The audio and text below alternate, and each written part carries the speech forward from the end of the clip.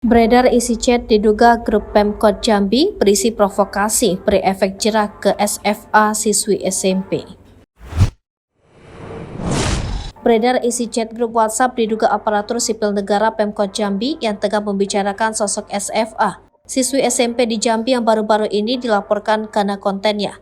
Akun TikTok SFA dilaporkan Kabag Hukum Pemkot Jambi, Gempa Awal John yang berisi kritikan ke Pemkot Jambi. Adapun alasan Kabag Hukum Pemkot Jambi membuat laporan bukanlah permasalahan pengkritikan terhadap pemerintah Kota Jambi. Namun pernyataan yang disampaikan siswi SMP ini dengan menyebutkan kata Fir'aun. Atas pernyataan tersebut, SFH akhirnya menyampaikan klarifikasi dan meminta maaf kepada pihak Pemkot Jambi. Meskipun telah meminta maaf, hal ini masih menimbulkan ketegangan antara pihak yang melaporkan dan pihak yang dikritik. Baru-baru ini tengah beredar tangkapan layar isi chat grup WhatsApp pemerintah Kota Jambi. Dalam isi percakapan yang beredar di Twitter Partai Sosmed, mengunggah sebuah video permintaan maaf SFA kepada Pemkot Jambi.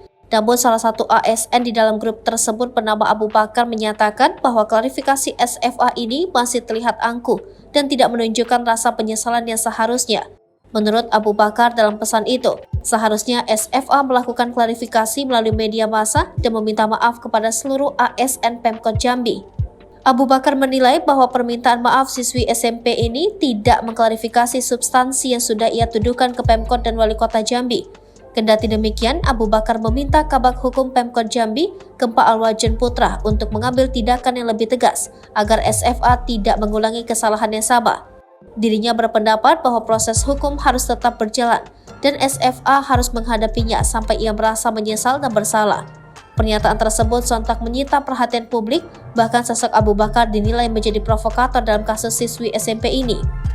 Akun Partai Sosmed juga mengingatkan Abu Bakar untuk tidak ikut campur agar tidak dikuliti netizen.